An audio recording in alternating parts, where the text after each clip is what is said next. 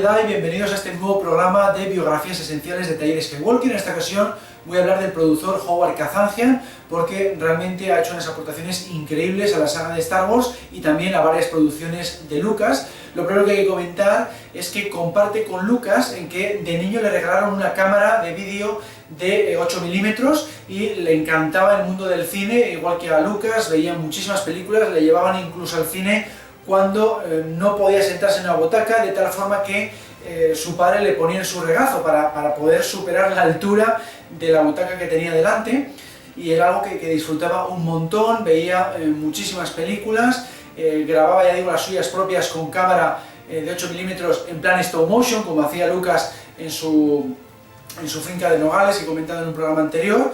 La diferencia es que Lucas no tenía claro desde un principio lo de ser director de cine o dedicarse al mundo del cine, era más, fue una decisión que tomó mucho más adelante, porque ya dijimos que primero quiso ser piloto de carreras, luego que se estudió antropología y carrera de humanidades.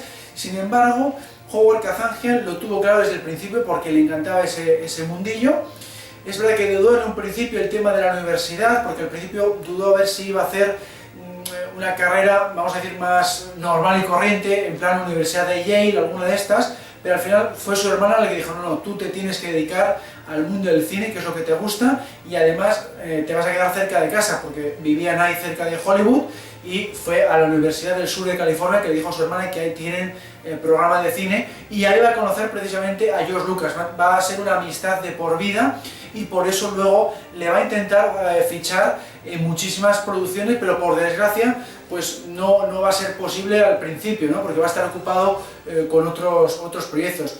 ¿Cómo empieza la carrera de Howard? Pues un poco como la de Lucas, por estos programas que hay a veces para becarios, que se hacían en aquel entonces, para estudiantes. Él empieza un poco así, en su caso como asistente de director. Él recibe una especie de beca para empezar en Hollywood de esa forma. Él ve que va a ser muy complicado porque le pasa lo mismo que a Lucas, es la misma época. Ahí solo se entra porque eres amigo o familiar de alguien que ya está dentro de Hollywood. Pero una forma de acceder es esa, ¿no? A través de esa beca. Él ha destacado mucho en sus estudios en la USC, por eso consigue entrar de esa manera, y al principio le cuesta muchísimo de todas formas, ¿no? No le dan buenos trabajos, lo tiene muy complicado, y él dice que no va a estar así 10 años. Él desde un principio dice, si no lo consigo así un poquitín rápido, me dedico a otra cosa, ¿no? Pero afortunadamente le empiezan a salir pequeños trabajos en cine y en televisión, y al final va a convertirse en uno de los mejores asistentes de director jóvenes en aquellos años. Estamos hablando de los años 60, y de hecho le empiezan a llamar grandes directores como Sam Peckinpah, por ejemplo, le llama para hacer una mítica película del oeste como es Grupo Salvaje, y le va a costar luego lo suyo trabajar con esta persona, porque dice que es un director que se tira igual 2 o 3 horas solo pensando a ver cómo voy a hacer una escena, ¿no? Al contrario que Spielberg, que enseguida te empieza a dar órdenes, ve dónde va a poner la cámara, quiero hacer esto, quiero hacer lo otro. Esa otra persona dice que le daba muchas excusas y le costaba mucho tratar con ella. Era una persona de muy difícil trato, y encima cambiaba de opinión, porque igual le preguntaba a Howard, que como asistente de director su trabajo es adelantarse a lo que quiere hacer el director. Oye, mañana en el rodaje necesitas cabras, porque era una escena que había una granja y demás en el oeste. Y le dice, sí, pues sí, voy a necesitar cabras. Y le decía así como dudando, ¿cuántas necesitas? ¿Necesitas 12 cabras blancas o 12 cabras negras? Y empezó a dudar y dijo, 12 blancas.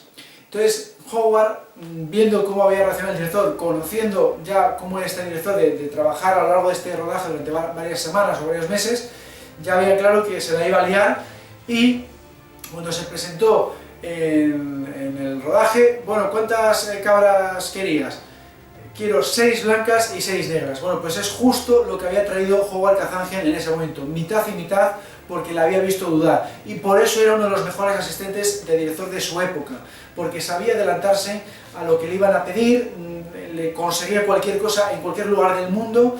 En este caso estaban rodando en la frontera de México o zonas de esa zona, ¿no?, del sur de Estados Unidos, y aún así lo conseguía, y es lo que tiene que hacer un buen asistente, ¿no? El facilitar el trabajo al director, que los actores estén en su sitio, que los extras estén en su sitio, esas tareas organizativas, y luego como productor es un poco eso mismo, pero a una mayor escala, temas presupuestarios, logística de localización de exteriores, ir a buscar esos exteriores y que esté todo preparado cuando el equipo vaya a rodar allí, y hizo un trabajo de productor también excelente, y por eso ha trabajado con grandes nombres de la industria, ¿no? Como asistente director, ya digo, trabajó para Sam Peckinpah en esa película del oeste, luego trabajó en la trama para Hitchcock, una de las últimas películas que hizo ese gran director, y otras tantas, ¿no? Y luego como productor, pues claro, dentro de su filmografía destacan sobre todo las películas de Lucas, que son Más American Graffiti, que es la segunda entrega de American Graffiti. Lucas ya la había querido en la primera, en American Graffiti, pero no estuvo disponible. Le había llamado también para THX 1138, pero tampoco pudo aceptarlo. Estaba, ya digo, muy ocupado, la verdad es que ha tenido una carrera siempre muy ocupada.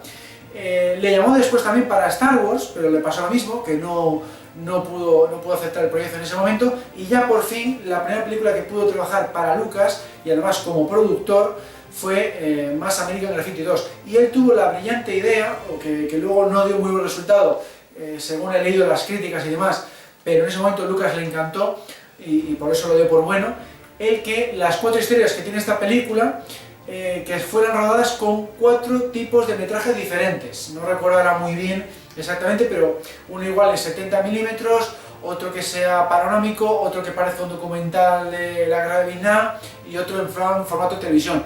Y así el espectador sepa en todo momento de qué historia se está tratando, porque está rodado de forma distinta.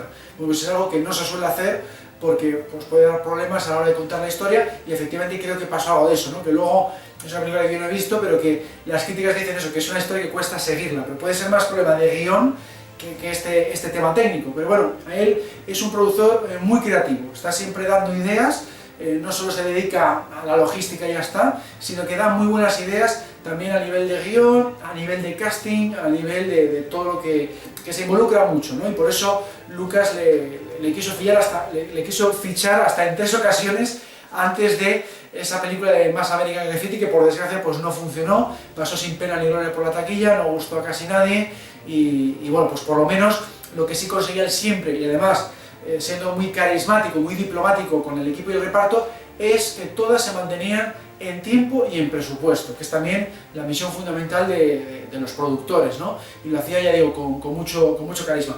Y por esa razón luego le va a llamar Lucas, por su buen trabajo en esta película, en esos términos, para películas posteriores. Le llamó después para hacer El Imperio Contraataca, pero ya a mitad. ¿Por qué? Porque Gary Carth, el productor que había hecho Star Wars y que estaba haciendo El Imperio Contraataca, se estaba pasando de tiempo y presupuesto, estaba falseando los resultados, estaba yendo mal la cosa, y necesito otro productor, ¿no? Entonces, gracias a Howard consiguió el segundo préstamo bancario que le hacía falta para sacar aquello adelante, porque esto es cine independiente, Lucas estaba pagándolo de su bolsillo, necesitaba más dinero, y gracias a las negociaciones de Howard lo consiguió con un segundo préstamo, y gracias a Howard consiguió que la gente pues trabajara, vamos a decir, metiera más caña para llegar a tiempo del estreno, con ese segundo préstamo, porque si no le llevaba a la ruina, ¿no? Gary Carth en este caso no funcionó demasiado bien, y de hecho el propio Gary Carth renunció a la franquicia Star Wars en diciembre del 79. Ni siquiera Lucas la tuvo que despedir, sino que él mismo firmó la renuncia, y por eso ya Lucas directamente fichó a Howard Kazanjian como productor de El Retorno del Jedi. Él se encargaba, digamos, de la producción a nivel financiero, y Robert Watts era otro productor que también estuvo en la saga de Indy, que se encargó más de producción a nivel más logístico, más del día a día, podríamos decir, y la parte financiera se encargaba sobre todo Howard Kazanjian, y ya digo, lo hacía muy bien, muy diplomático, porque Gary Carth era más frío, se aprendía mucho con él a nivel técnico, pero era más distante con la gente.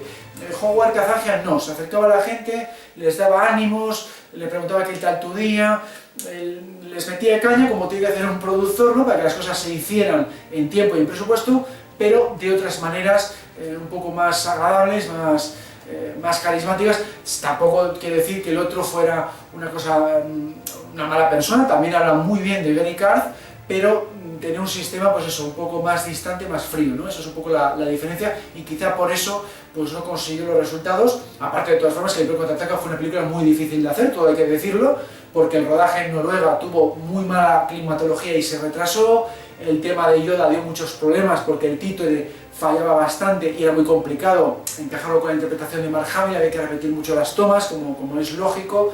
Mark Hamill llevaba un pinganillo para poder oír la interpretación de Frank Oz, que estaba bajo el suelo, y a veces, pues, a poco que movía la cabeza, se le metían interferencias de radio, ¿no? Y empezaba a escuchar la radio en vez de la voz de Frank Oz y tener que improvisar o recordar sus diálogos de memoria. En fin, las escenas de Yoda y las escenas de Hoth, sobre todo, retrasaron el rodaje, más luego el perfeccionismo de Irving Kershner, que también era, según se dijo, un poquitín lento a la hora de rodar. Lo rodó todo muy bien, gustó mucho el resultado, pero también se pasó un poquitín de tiempo y presupuesto y le puso de los nervios a George Lucas en ese sentido, entre los dos, ¿no? Entre Gary Karth e Irving Kershner, y de hecho, ya digo, le obligó a pedir un segundo préstamo bancario porque no, les estaba llevando a la ruina, y gracias a Howard Kazanjian lo consiguió un poco encauzar de nuevo.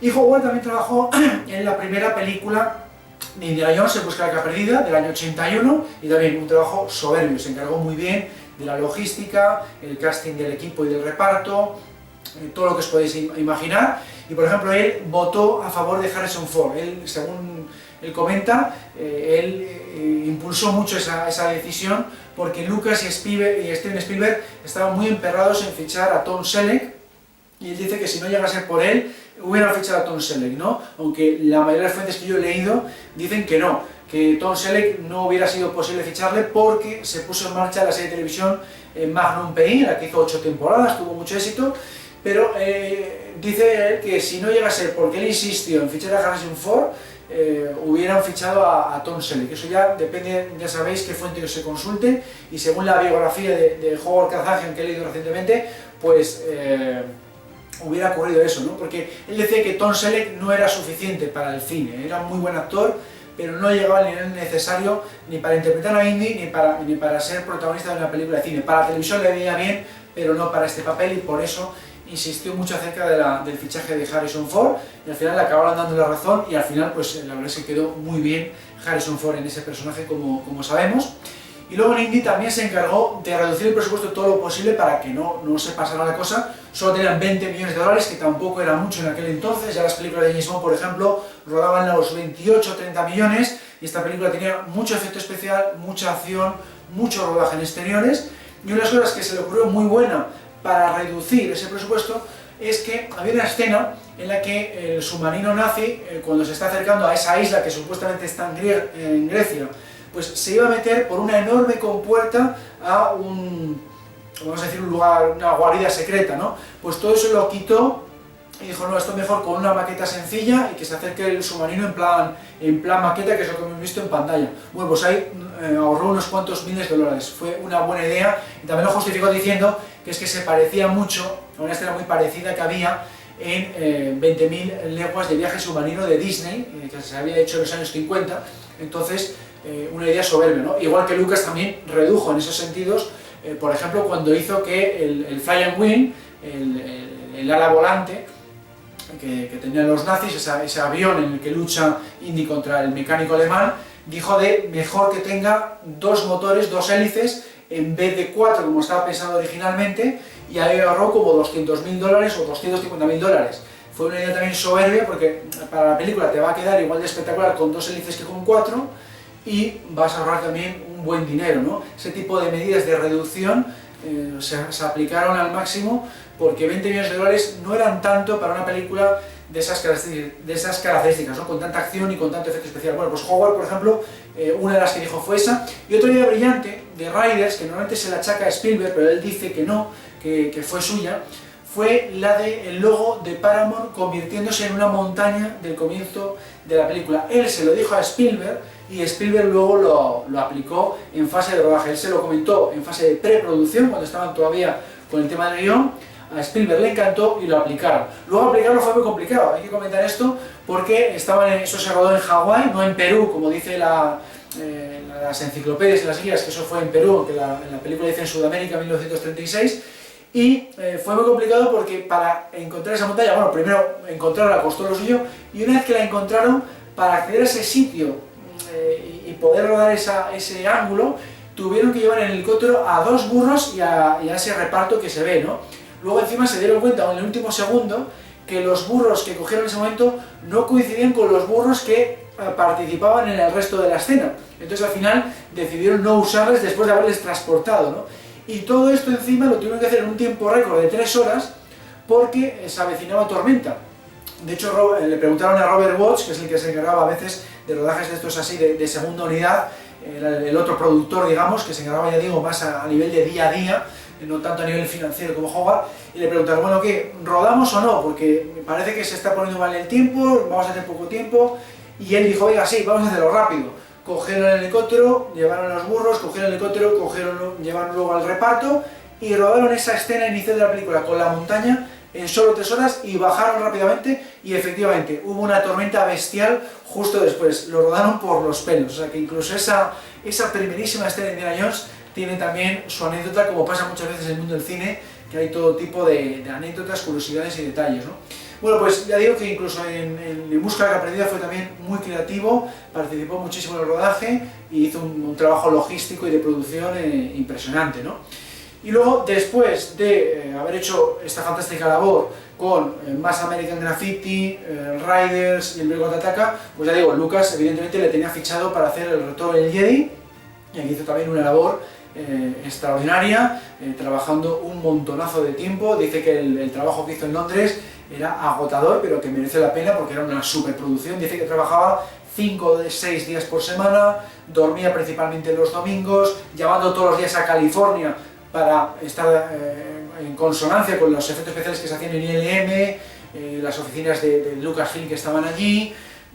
Vamos, un trabajo inmenso, no sé cuántos meses estuvo en un periodo de 2 años, estuvo 11 meses trabajando en Inglaterra, un trabajo realmente más agotador de lo que nos podemos pensar y que queda muchas veces invisible porque claro, en pantalla pues solamente ves a los actores y los making of, pues muchas veces no se habla, ¿no?, de estos temas tan logísticos, tan financieros, vamos a decir, pero también tiene partes creativas, ¿no?, que es lo que a veces me gusta también incidir, porque eso sí que lo vemos en pantalla. Entonces, por ejemplo, a Howard se le ocurrió la idea de, cuando él vio el montaje, vio que no se veían primeros planos de Vader cuando duda acerca de si hay o no. Eso es una idea buenísima y que no estaba originalmente en el metraje de la película. Se lo comentó a Lucas y Lucas esa misma tarde lo rodó. Cogió una pequeña unidad y rodó primeros planos de Vader dudando de esos primeros planos que vemos de Vader, dudando si ayudar a su hijo o no, y es algo que queda fantásticamente bien en la película. Pues eso se lo debemos a Howard Kazanjian. Y otra idea que le debemos a él es que aparezca Anakin Skywalker en forma espiritual junto con Obi-Wan y Yoda, porque George Lucas solamente había rodado a los 2 primeros, a Obi-Wan y a Yoda, en uno de los poquísimos días que trabajó Alec Guinness en esta película, que lo rodó sobre terciopelo negro, para luego hacer el efecto ese de fantasmagórico, con el títere de Yoda al lado, y no iba a hacer más, ¿no? Pero Howard le dijo, oye, ¿por qué no pones también a Anakin Skywalker, ya que se ha redimido en su forma de Jedi?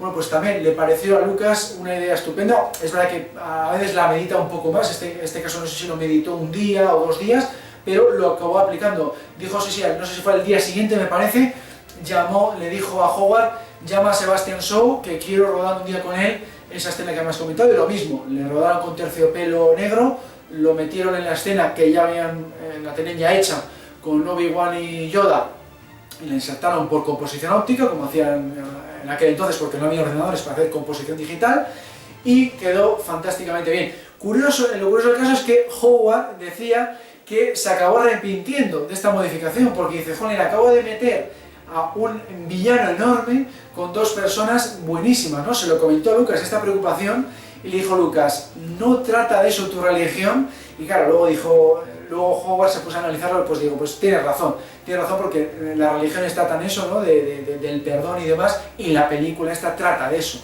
trata de la redención de Anakin Skywalker, y queda fantásticamente bien, y considera Howard que esa escena funcionó, en pocas palabras, y es un buen resultado. Bueno, pues esos son dos aportes que hizo Howard a esa película. Y otros dos aportes ya a nivel más técnico, digamos, es el fichaje de Harrison Ford y el fichaje de Lawrence Kasdan. Cuidado con eso, que también hay que mencionarlo, es verdaderamente importante, porque George Lucas no lo tenía en mente.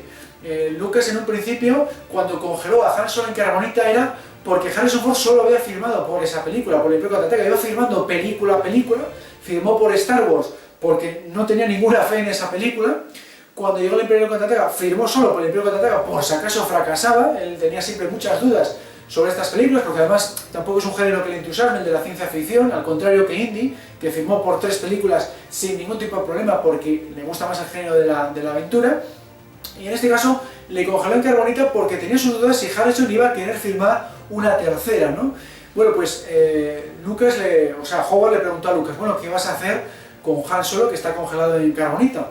Y le dice Lucas, bueno, pues no sé si va a trabajar Harrison Ford, entonces en principio le voy a dejar congelado a menos que le preguntes y te diga que sí que quiere volver. Bueno, pues Howard fue a preguntarle porque él tenía interés en que regresara, es un buen añadido para películas, una estrella de este calibre. Le preguntó a Harrison Ford después de estrenar el Imperio Contraataca que había sido un éxito y Harrison le dijo que sí, que iba a regresar, y entonces ya George Lucas se puso a escribir el guión del Retorno del Jedi y escribió el rescate de Han Solo. Si no, le hubiera puesto como que hubiera fallecido ya en ese momento. Esa es un poco la historia que cuenta Howard Kazanjian. Insisto al comentar aquí que depende un poco de las fuentes que se consulten, puede variar esta historia, pero esta es la que cuenta Howard Kazanjian en su libro biográfico que ha salido recientemente, hace unos meses, y que es el que he estado leyendo ahora mismo. Y eso es un gran aporte entonces por su parte, ¿no? El fichaje de Harrison Ford para el Retorno del Jedi. Y también dice que fichó a Lawrence Kasdan por lo mismo, porque George Lucas no tenía pensado ficharle. Él consideraba que en ese momento ya Lawrence Kasdan era director de cine, había dejado de escribir guiones, quería dedicarse a la dirección, y efectivamente Kasdan luego dejó bastante de escribir guiones y quiso ser más director en aquella época. Pero Howard dijo, bueno, pero es que yo considero que esta película, si no la quieres escribir tú, porque ya Lucas es de verdad que desde Star Wars no quería hacer tampoco guiones, le daba muchas pereza a escribir, dirigir tampoco, porque le dio incluso un pequeño infarto con el episodio 4 del estrés que le generó, de que fue muy complicado de hacer, también se pasaba de tiempo y presupuesto, entonces fichaba siempre a otros directores como Irving Kershner y Richard Malcolm en estos casos. Y con el tema de la escritura lo mismo, ¿no? Entonces Howard Kazanjian le dijo, no, yo voy a intentar por lo menos fichar a Kasdan porque nos ha hecho unos trabajazos enormes con Riders, con la primera película de Indy, y con el Imperio Contraataca. Entonces, bueno, pues Lucas le dijo, vale, pues inténtalo a ver, pero yo pienso que te va a decir que no. Bueno, pues le dijo que sí también, se apuntó a hacer el guión del Retorno del Jedi y por eso hemos tenido una gran película como es el Retorno del Jedi, ¿no? Igual tiene sus defectos como cualquier otra película, el tema de los Ewoks fue muy criticado, pero eso es que estaba ya en el borrador de Lucas, no es idea de Kasdan ni mucho menos, pero hizo también un trabajazo enorme, ¿no? Entonces aquí hay que comentar también, por cierto, que Howard le instó a Lucas a que escribiera el primer borrador. Creo que metiera el mismo error con el Imperio Contraataca, que el primer borrador le escribió Leigh Brackett, una guionista mítica del Hollywood clásico, y luego acabó desechando muchas cosas de ese borrador, ¿no? Tuvo que escribir Lucas otro borrador y a partir de ese trabajó luego Lawrence Kasdan para escribir otro guión, ¿no? Entonces, que se ahorrase ese proceso. Él veía mejor que Lucas escribiera un primer borrador sobre el que luego trabajase directamente Lawrence Kasdan. Y efectivamente lo hicieron así y funcionó mucho mejor. Y luego ya otra cosa que hizo Howard fue preguntarle a Lucas, oye, te ponemos en los créditos finales como co-guionista con Kasdan. Y Lucas no quería. Lucas era tan modesto que quería aparecer en el menor número posible de créditos finales. Él quería el crédito de historia de y ya. Pero Howard, que había visto todo el procedimiento, todo el proceso creativo, dijo, no, tú es que te mereces también el ser co-guionista, porque había escrito el primer borrador y trabajó luego supervisando todos los guiones que escribió Kasdan después. Entonces, bueno, la acabó considerando, acabó aceptando esa propuesta, y eso también es otro aporte de Howard, ¿no? El que Lucas tenga los créditos que se merece en el reactor Jedi. Bueno, pues eso es un poquitín todo lo que se puede comentar de Howard Kazanjian, aparte de que, bueno, pues ha estado trabajando, ya digo, en otras grandes películas aparte de estas de Lucas. Es productor, por ejemplo, de Demolition Man, de la serie Jag Alerta Roja, como asistente de director, ya he dicho, pues esa de Sam Peckinpah del Oeste, de Grupo Salvaje, hasta también en Hindenburg, la trama de Hitchcock, en fin, tiene una filmografía bastante notable. Y en el caso de Star Wars, ya digo, ha hecho unas aportaciones que van más allá de lo que hace un productor, que es más temas logísticos, temas presupuestarios, temas financieros, porque ha metido ya temas creativos que han quedado en pantalla. Y bueno, pues por eso quería comentarlo en este vídeo de biografías esenciales y quería rendir un poquitín el tributo. Espero que os haya gustado y nos seguimos viendo en Taller Skywalker.